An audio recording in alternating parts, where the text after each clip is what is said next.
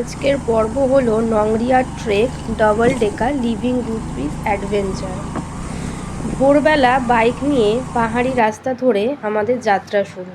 এটা হলো entrance of নংরিয়া trek. রাস্তা খুব একটা ভালো ছিল না, কোথাও কাদা, কোথাও ভাঙা পাহাড়ি পথ, আবার কোথাও মেঘে ঢাকা আঁকাবাঁকা রাস্তা।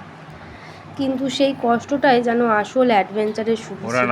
দেখুন আমার হাতে, আমার মেয়ের হাতে লাঠি রয়েছে। যারা অবশ্যই ট্রেকে যাবেন তারা লাঠি অবশ্যই নিয়ে যাবেন, তাতে নামতে ও সিঁড়ি দিয়ে উঠতে সুবিধা হবে।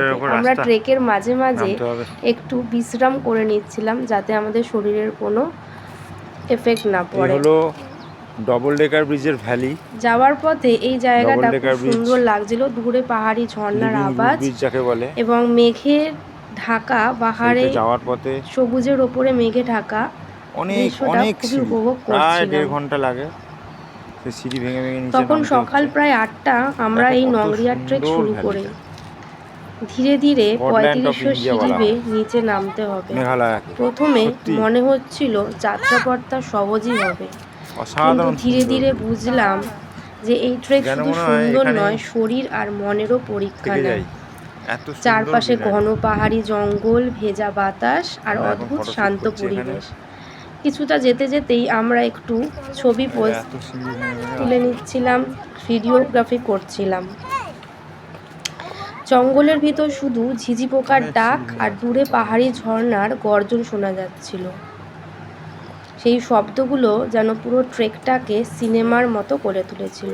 আমরা ধীরে ধীরে আবার যাত্রা শুরু করলাম। ধীরে ধীরে সিঁড়ি বেয়ে আমরা নামতে শুরু করছিলাম। যতই এগিয়ে যাচ্ছি ততই দূর থেকে পাহাড়ি ঝর্ণার গর্জন শুনতে পাচ্ছিলাম। সবচেয়ে ভালো লাগার বিষয় ছিল আমাদের মেয়ে পুরো অ্যাডভেঞ্চারটা দারুণ উপভোগ করছিল। দেখুন দূরে সেই পাহাড়ের গায়ে কত মেঘের সমাগম দেখা যাচ্ছে। আমার মেয়ে যেতে যেতে সিঁড়ি গুনছিল আর বলছিল কখন আমরা ওই লিভিং রুট ব্রিজ আর রেনবো ওয়াটারফলস দেখতে পাবো। ক্লান্তি থাকলেও ওর চোখে শুধু এক্সাইটমেন্ট আর আনন্দ ভরা ছিল। পরিবার নিয়ে এমন ট্রেক সত্যি আজীবন মনে রাখার মতো। ধীরে ধীরে আমরা ডবল ডেকার লিভিং রুট ব্রিজের কাছে ক্রমশ এগিয়ে যাচ্ছি। এই ট্রেকে যাওয়ার সময় অবশ্যই আপনারা কিছু ড্রাই ফ্রুটস, এনার্জি ড্রিঙ্কস, প্রচুর পরিমাণ জল ক্যারি করবেন।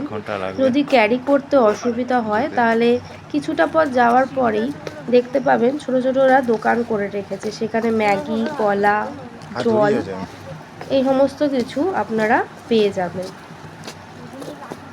আমরা ধীরে ধীরে ক্রমশ সিঁড়ি দিয়ে ডবল ডেকার লিভিং রুট ব্রিজের কাছে এগিয়ে যাচ্ছি।